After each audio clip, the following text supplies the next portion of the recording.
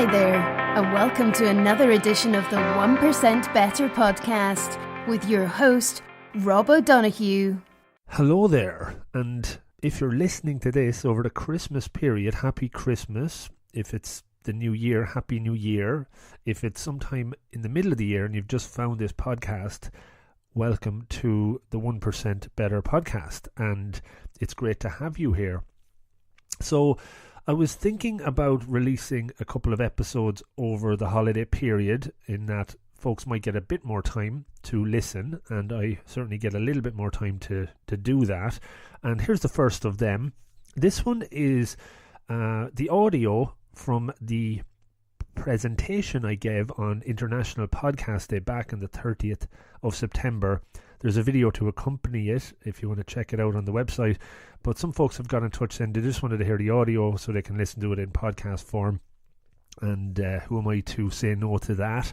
It is something I was planning to do anyway. And last week I actually just put the blog post out about this conversation, or this one-way conversation, this talk.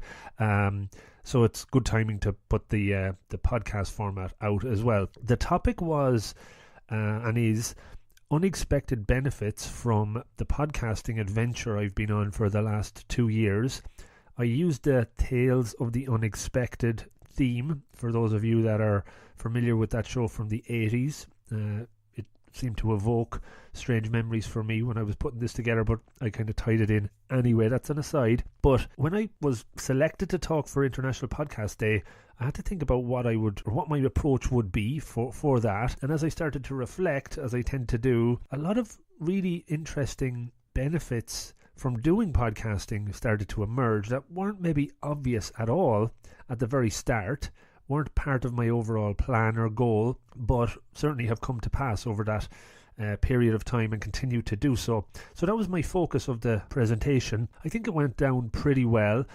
If you're interested in reading the blog post, it's quite lengthy. It'll probably take you 20 minutes or so, but it goes into more detail. This is the audio from the presentation, and halfway through it we got some internet gremlins which kind of killed the flow a little bit, but I think I recovered okay, and you will definitely get the sense from it of the areas that I've improved on. And again, it's not about just me improving here. The goal for me here is for you to think about an objective or a target you're setting yourself for next year or whenever. Maybe think just a little bit differently about it, in that by you pursuing it, following the journey, going through the steps to get there, other cool benefits might just come your way as a result. Oh, and just one other thing, while I remember, during the presentation I'm referencing some slides and there's some interaction in chat rooms that were happening in real time. Hopefully that doesn't impact your enjoyment too much when you hear it. Just maybe create some mental image that you were there watching and listening at the time. It shouldn't take you off track too much. So I will leave this intro right here and give you the audio from the presentation. As always, I would really, really welcome feedback. If it's something that hits the spot, let me know. And it's the season of goodwill, so please do rate, review, leave comments wherever you're connecting in onto this podcast from. That's always helpful. My objective continues to be sharing insights to help people improve, and the more people that hear it, the absolute better it becomes. And we'll continue. As I said, there's another podcast coming out in a couple of days focusing on core values, something I like to do a lot in coaching, and it tends to be very powerful for people. So that might be one you want to hear as well. It's a bit shorter, but it's targeted, and it's again kind of 7 steps to get there. This one is 10 steps or 10 benefits from podcasting. All right, I'm probably just spoiling it. I'll just stop. Have a great week, day, Christmas, New Year, and enjoy this one. Thanks so much for listening. Good luck. So with that, Rob, welcome to International Podcast Day. Thanks so much. Great to be here, and great to have the opportunity. So I'm looking forward to the next 55 minutes or so, I guess. That's correct. And the floor is floor is yours. If you need anything, just holler and we'll pop back in.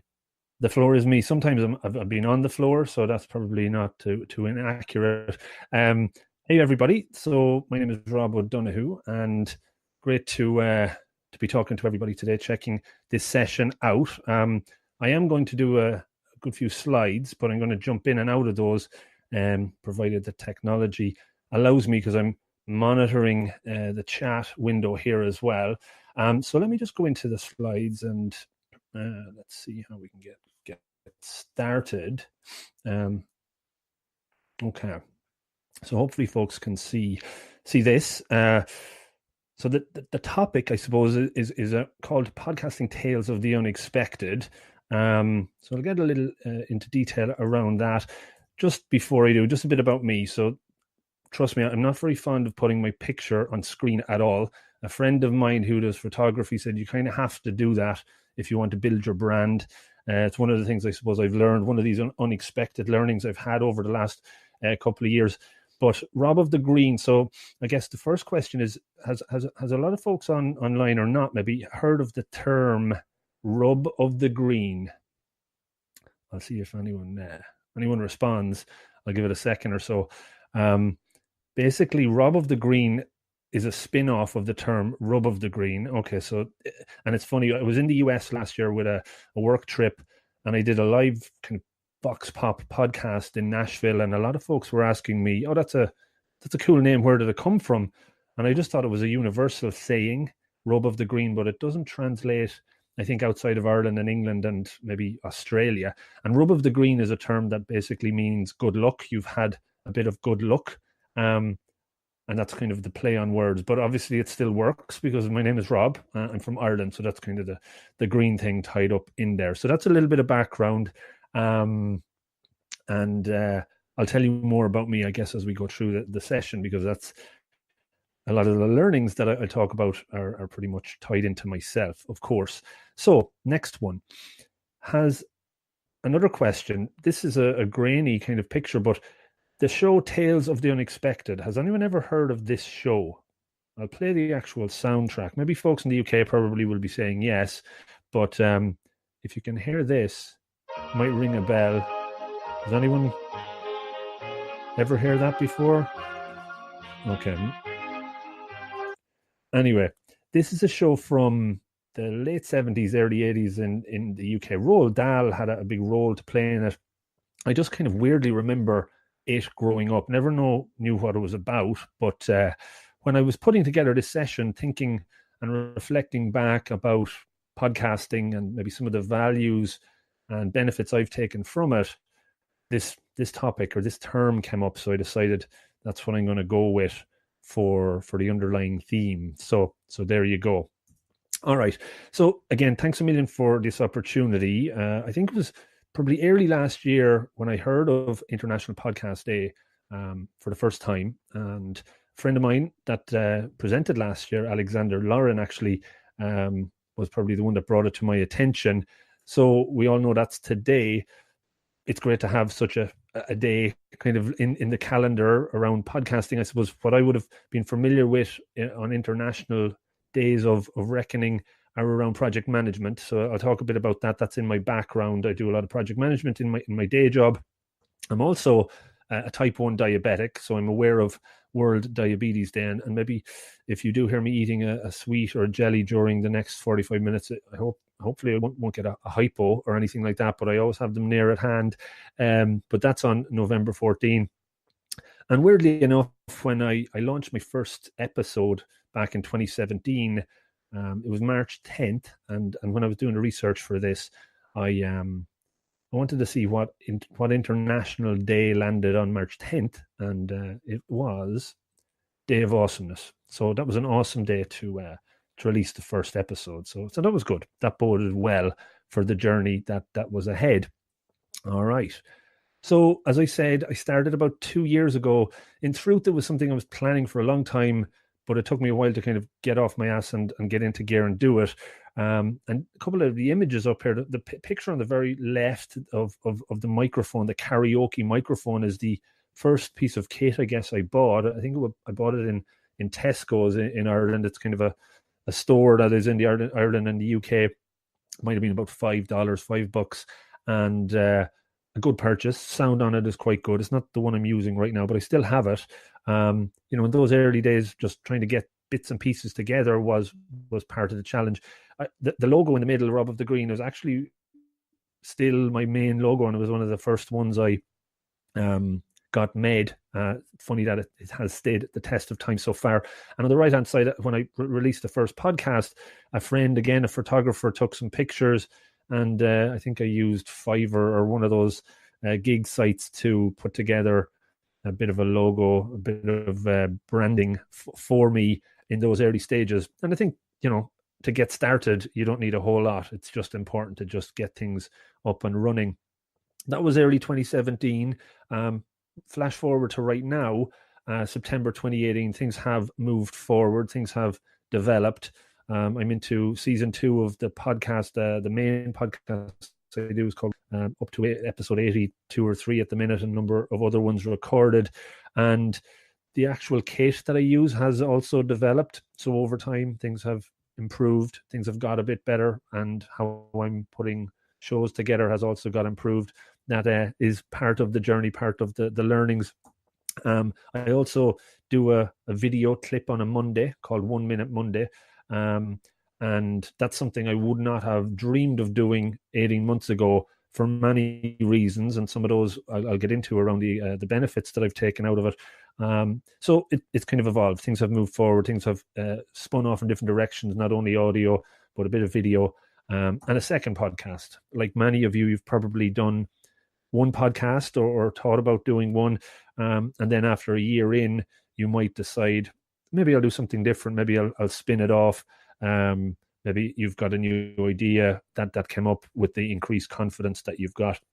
So my second podcast is actually, the 864 stands for 864 seconds, which is, believe it or not, 1% of 24 hours, 1% of your day is 864 seconds. It's 14 minutes, 24 seconds long. I'm bombarding you with stats here, but it's useful for me because it ties into the 1% better theme. And it also allows me to have shorter episodes, which don't take as long to edit for sure, but still get some good content out. So there's been a lot of improvement, forward moving over that period of time. And it's been, an incredible journey. And now, obviously, today, 30th of September, I'm talking to you good people about that journey. So the goals for the session, I want to share my experiences via a few stories and some lessons learned. I want interaction. I want some Q&A. So far, I'm not seeing anything too much coming through, but I will ask some questions and hopefully get some insights from you as well. I want to provoke some thought, get some thinking going, and plant some seeds into your brains that you might have thought about before when I go through these benefits that I've taken out of this journey that, might be beneficial to you. And finally, I guess the main goal for me is what I'm calling the rule of one. So you see a picture of the Dalai Lama here. I'm big into meditation and mindfulness and reading, and the pursuit of happiness, I suppose, is one thing that is always close to what I'm looking for. And he talks a lot about that. But it was interesting. I was reading the book that The Art of Happiness not so long ago, and in that he was asked for some insight around how he presents to large groups of people, and does he get anxious or does he get nervous when he is talking to such world leaders as well, and such large congregations of people. And he said, absolutely, I do. But the way he kind of deals with that, rather than thinking he's going to have a profound impact on everybody in the room, which, would probably bring on its own anxieties and concerns, he basically distills it down. He said, look, if I can impact one person in the room, set the bar quite low, for them to take action, for them to do something different, for them to leave in a better mindset than they were going in, that's a success. And for me, I guess I'm following a similar rule here. If one of you guys listening today takes something from it, I would be delighted. And if it inspires you to do something creative, podcast wise or other, that's a win. So there we go. So one of the things, just to start off, I suppose, as a project manager, the tools and techniques I've learned through that discipline over the last 15 years or so have been absolutely instrumental for me in being able to actually get podcasts out the door, create them, and deliver them on a consistent basis. Over the last while, a lot of folks that have reached out to me, talking to me about, their own interest in podcasting, how they would like to actually do one, but aren't, sure what it's about or how to do it. One of the pieces of advice I have for them is to take your time in planning and definitely take a step back and know what it's about. I'll get into that in a minute. But for me, the planning element was massive. And without taking that time to plan and project and figure out what the goals and potential outcomes of this project were, I know I wouldn't have been successful. And when I say successful, as in getting these out the door and releasing nearly 100 podcasts in nearly 2 years. So for me, that was very, very important. And I think a piece of advice is to do a bit of planning and maybe talk to people that are more planning minded.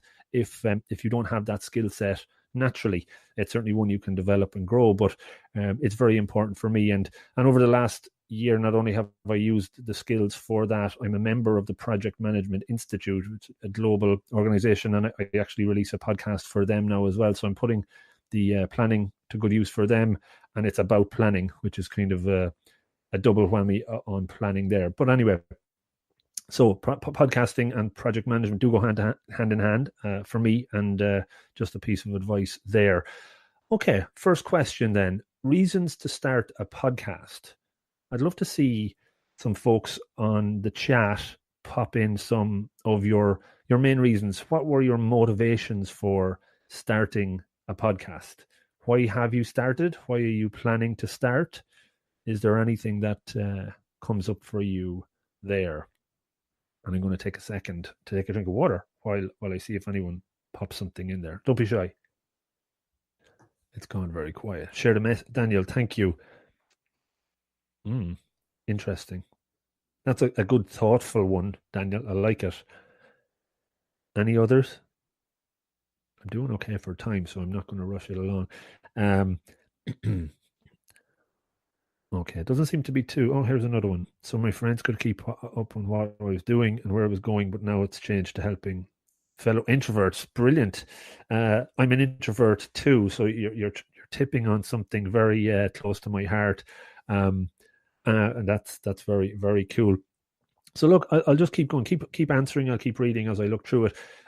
When I started, again in the planful mindset, I really wanted to get clear on my own why, and of course some of these were to grow my network, to grow as a person, to get lots of downloads. Now, to be honest, that was certainly a high goal or something I was looking forward to, but it wasn't the motivating factor. I certainly know if I had a goal of 1 million downloads in the first 6 months, I would have quit a long time ago. But I think a lot of the time people that I have talked to maybe are going in to the journey maybe with unclear goals, not very clear, or unrealistic goals. For sure. One of the things I had was to get better at presenting, being able to and put the message out there, reduce my crutch words. I'm hopefully reducing them. And when I listen back to this later, that'll be interesting. To make loads of money, that's probably a goal some people have or had when they were starting out. And, again, it's very important to have these goals in mind so that you know what type of podcast you want to create. Feedback from or chatting to a person a couple of weeks ago that had started a podcast and then maybe slowed down because they weren't very clear on the type of podcast they wanted to create until maybe it became clearer as they went down the journey. And that's okay too. But I think it's very important to set out what those goals and objectives are beforehand. Okay. So I am building up to the unexpected benefits, and I'm talking back to the whole tales of the unexpected again. I'll play the clip for a second. What I've done basically over the last few weeks planning for this, I've journaled a lot. I've wrote down a good few ideas that came up that that have had meaning behind them, and I looked at areas that I've tried to improve in, and obviously have it hopefully improved in lots, but areas that I didn't expect. And lots of ideas started to come. I did some reflection, and I wanted to really see in what areas have I grown as a person. I've talked to friends, I've talked to some close ones as well to see if there's things they've seen differently in me than were there 2 years ago. And that's been a really enjoyable journey. If nothing else comes out of this, and if I do influence one other person, great.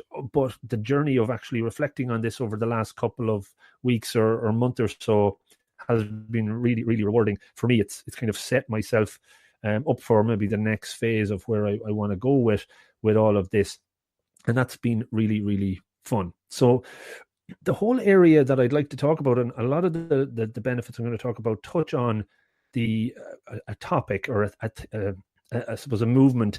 And before I mention what that is, I'll see if anyone knows what this guy or who this guy is. So the picture I have up on the left here, does anyone recognize this person? He's somebody that has made quite an impact over the last maybe 30 years, not in the podcasting world, but in the areas of, I suppose, psychology and self-improvement.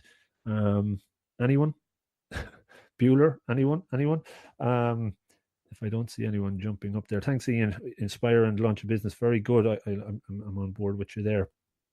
Okay, well, this is probably a trick one, but this guy is Daniel Goleman, and he is I don't know if you call him the grandfather, the father, the founder, but the area of emotional intelligence has a lot to do with this guy. And that for me is something I'm absolutely fascinated about. Part of what I do in my day job is leadership coaching, and a lot of the skills or competencies that leaders can improve is in the area on emotional intelligence. You can't see the picture? Are people seeing the slides okay?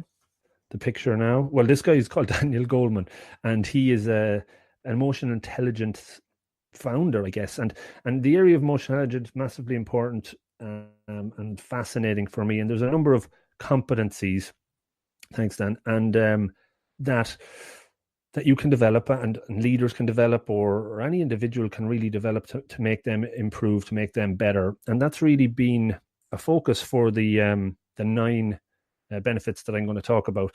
Over this journey, I've got to know myself better in lots of ways. And as I've done the reflection, these are the ones that popped out. So I'm going to talk about 9 areas. I think I'm doing okay for time. So probably 3 or 4 minutes on each of these.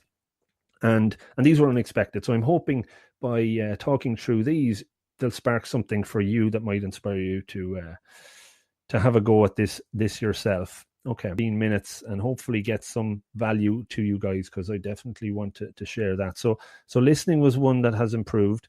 Number 2, I was talking about moving on from listening, the whole area of self-belief and self-confidence. Certainly after the broadband connection dropping, my self-confidence needs to come back up. So maybe it's a real-time improvement. But this is an area that over the course of the 18 months, 2 years that I've been doing podcasting, I have developed a lot in. And I remember one of the first times I recorded an intro to a podcast episode and listened back to it. The just listening to my own voice backwards made me feel completely out of my comfort zone. And I'm sure many of you can probably attest to something similar.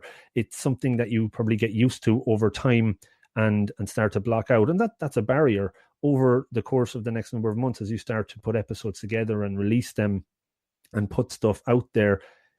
You do grow in confidence. You get that self-belief. You get feedback. Hopefully most of it's constructive, but it is very important to take that on board and improve.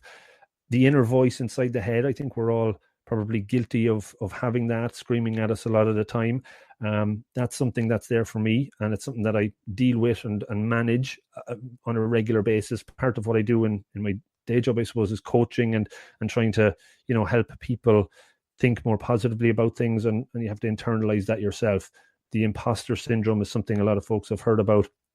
That is certainly part of the journey that I've been going on to try and deal with that. So moving from impossible to making yourself feel more possible. And by doing podcasting, by releasing episodes, by talking to experts in your field, you're learning from them, you're gaining confidence, you're gaining, I suppose, self-belief in lots of ways. And I believe that is something that was not maybe on top of my list or very clear that I would get. I would hope, I suppose that was something that was going to come, but wasn't a guarantee. But I can categorically say it has improved me from a self-confidence and self-belief perspective. Let me keep going. Number 3. So this one, it again follows on from self-confidence. It's one of these areas of emotional intelligence. When you look at a challenge in front of you, there might be lots of options. I know I'm guilty of taking a lot of time to try and find the perfect option. But over time, certainly releasing podcasts and episodes, you know that there's maybe no perfect end game for that episode, or you probably never release it. So it's really finding the correct door for you to go through and making that decision. So the area of decisiveness is something that has improved for me over the last while, becoming more decisive, straight and forward, picking the right choice, or the one that feels the most correct at that time. When you get into a release cycle of a podcast every week, it's very, I suppose, important to stick to that. They say that the more you do that, the more likelihood you will build a steady audience. And it's really getting decisive, making the calls, knowing that there's no perfect solution, but there's the best one at that time. So I would absolutely say, as a person, not just as a podcaster, I've become more decisive over this journey. Number 4, touched on it earlier, but without doubt, as an introvert, I pushed outside my comfort zone doing this. Typically, as an introvert, you don't talk to a lot of, or as an introvert, you mightn't be comfortable presenting to large groups of people, be it in person or even virtually like this. I have, without doubt, pushed myself into areas that I would not have done before with the podcast as a companion in lots of ways. The one example I will give, and I have a few, but part of what I do as a project manager and a member of the Project Management Ireland Institute, and I do a podcast for those guys as well. Back in May this year, we went to Berlin for a conference, and I basically used podcasting as a great way for me to network while I was there. I created an episode for the Institute while I was there by interviewing numerous people about their own journeys within the world of project management. If I hadn't that as an excuse, I certainly wouldn't have networked, talked to 50, 60 people over the course of those few days. So that was just one example. As you know, it takes a lot of time and effort to do this, and you're talking to a lot of people that are maybe experts in their field. Certainly, me talking to journalists and asking them questions about their own journey as a non-journalist is and was scary, but it was something that I grew and developed more confidence in. So push yourself outside your comfort zone. That's certainly something that I believe is an unexpected benefit of putting this whole thing together. All right. So podcast stats quiz. And you guys are still there. So hopefully we'll get through the next few minutes. So question, 50% of podcasts quit before episode number what? And thanks to Todd Cochran for his stats here. I wanted to validate what I thought, but just a quick question. How many? Any ideas? 50% of podcasts quit before a certain number. Ian, was this one said already? You've got it. You've nailed it. No, Ian got it. And then the next one, of the 50% that remain, how many what number of podcasts do folks get to there? An episode? Rough idea? No, 50 is high. 16 is a bit low. So it lands in around the 22 to 24 mark. I think Todd had 22 to 25. That hopefully tells you, and it certainly tells me, and it validated to me that as a podcaster, you definitely need, and this is where I bring in a bit of Axl Rose. I'm not going to play the music, but patience and perseverance as well. One of the first episodes I ever did was with a guy called Andrew Mangan. He has a podcast called Arsecast. It's about the soccer team Arsenal, and he has over 1 million downloads a month, at least at this stage. And I talked to him about his journey of podcasting and blogging, and he said, yeah, everybody thinks you're successful, but they don't see the 9 or 10 years prior to you becoming successful in doing it. And it was very interesting to take that on board from the very early stages. This takes hard work. You definitely need time, commitment of time to it. As many of you might know, you do a 1 hour interview. If you're probably going to properly edit that, market it, put all that bells and whistles around it to reach as many as possible, you're talking about maybe 6 to 8 hours for every episode. It takes commitment. You really need to put the time in. Going back to what I said earlier, it's important to know your why. And I think if you know your why and you are willing to put the time in, that you want whatever you want out of it, if you want to help people get better, as the theme is what from my podcast, it makes it all the worthwhile when you do that. So you need discipline and focus, and certainly a commitment to the cause. And all of this needs patience and perseverance. And again, that's something you can develop. It's something you can grow. And it's very important that you love the work. Again, as I think Todd had said it, and I certainly echo what he's saying, this is a marathon and not a sprint. And you do need to think of the long game, but certainly enjoy every step along the way.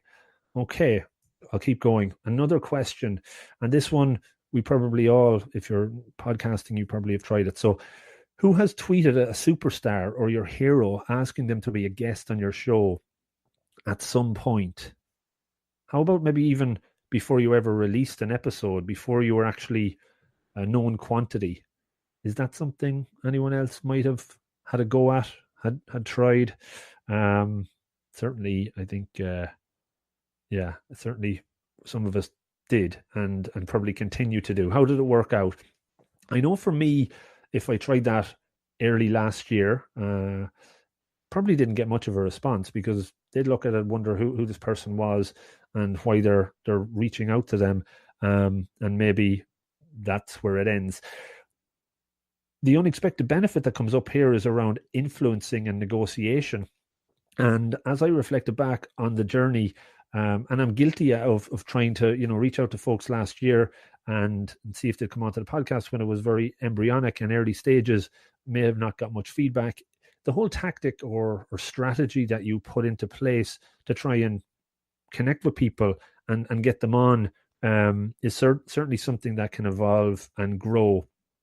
This year, I have just this as one example. I interviewed Rosanna Arquette. So for maybe some of you online here of a more older vintage like myself, she was a very famous and popular actress in the 80s and 90s, a lot of movies. And I know last year, I think she connected with me on Twitter after an episode I had put out. And I know last year I may have dived straight in and asked her, "Oh, thank you so much. Will you be on my podcast?" And probably a rookie mistake. This year I kind of played the game a little bit more from learning from last year, maybe not to dive straight in and negotiate an episode or negotiate anything that might come out of it, of being on the podcast. Played the long game, and over time, over a few weeks, was able to connect and talk with her, and then through her agent was able to get her as a guest on the show. The same thing has happened with a few other episodes of late. And definitely that's something I would have learned over the last year or so by doing this. Another spin-off to that is, if you're like me, maybe being an introvert, you're not always that comfortable asking people 5 or 6 or 10 times to be on the show. You might do it once or twice and they don't respond and you just leave it there. I've learned a lot from talking to people that are probably more in the world of sales, tactics and tips around trying to, engage with them and bring them onto the show and get some value for them as well. It is important to kind of look at it from both sides.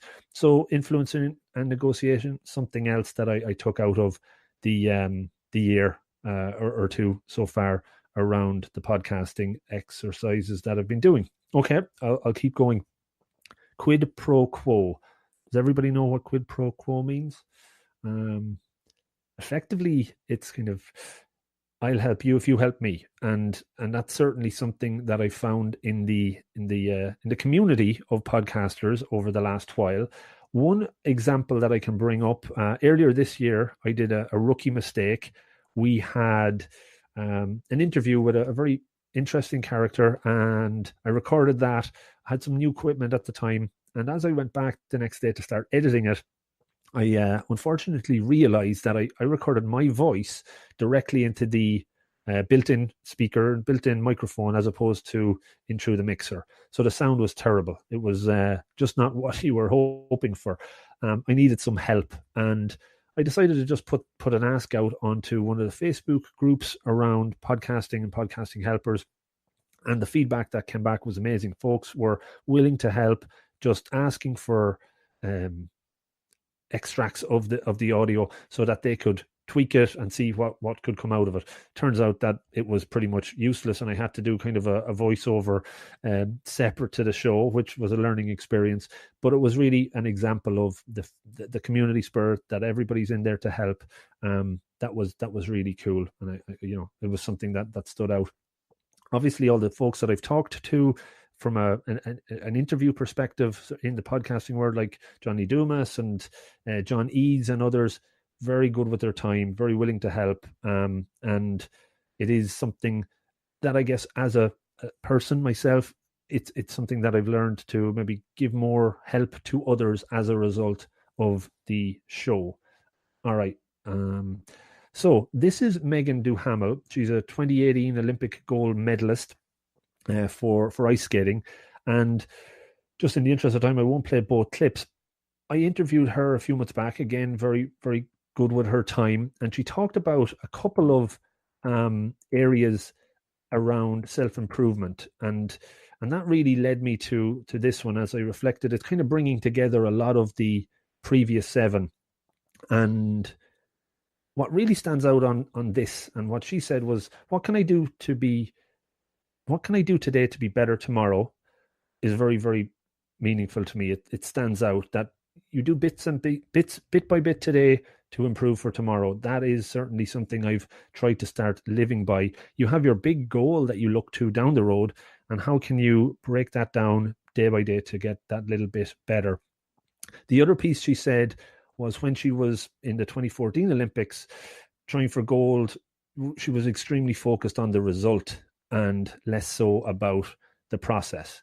And those two things really kind of stuck out for me from that episode. And it was when I was putting this together, that stood out. So it's really about focusing on the task or the journey or the opportunity in front of you, or the process that you've put together, or being in the moment, or maybe the challenge that's in front of you, as opposed to what the end result is.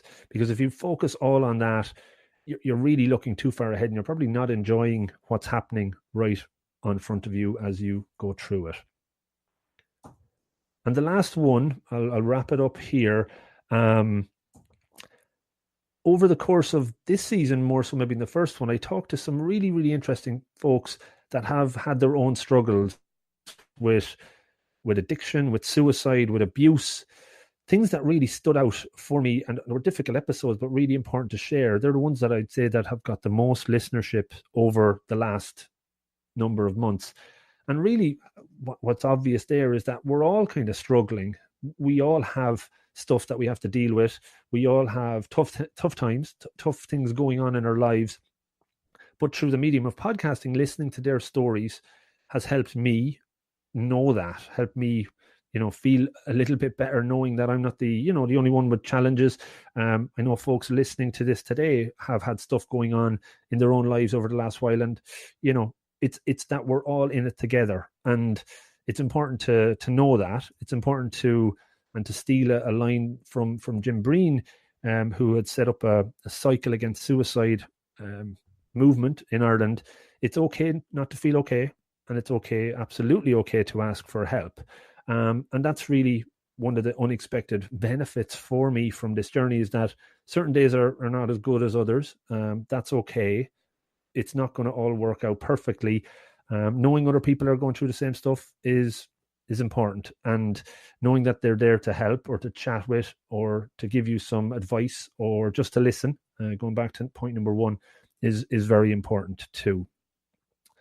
So some things I didn't touch on: feedback, getting better at questioning, better at social media, better at meditation. All of these things are definitely areas that I have improved on, and I think anyone would improve on by doing it. But again, I didn't have enough time to fit them all in, and I think 9 was probably nearly too many as opposed to 15 or 20. As a project manager, it's very important to measure and measure the benefits and the value you've added, and that goes back to what I do, I suppose, in a day job. My goal with the podcast, 1% better, is a small incremental improvement in one area of your life per episode, maybe, or maybe more. I definitely can quantifiably and qualitatively say that I've improved in certain areas. And I think as long as you're willing to do the hard work and put the effort in and know your why and know what you're passionate about, I think you will absolutely improve in some ways too. So to wrap up, future plans, few more episodes in the 1% show coming up. I'd like to do more live stuff. Maybe I need to get a better broadband connection, although this normally works quite well. I'd love to do panel stuff, live audiences. Who knows? I didn't have a clue where this would go early on, but now new things are coming up. It's all about facing your fears as well, going for it, trying something new, and I think some things will work out.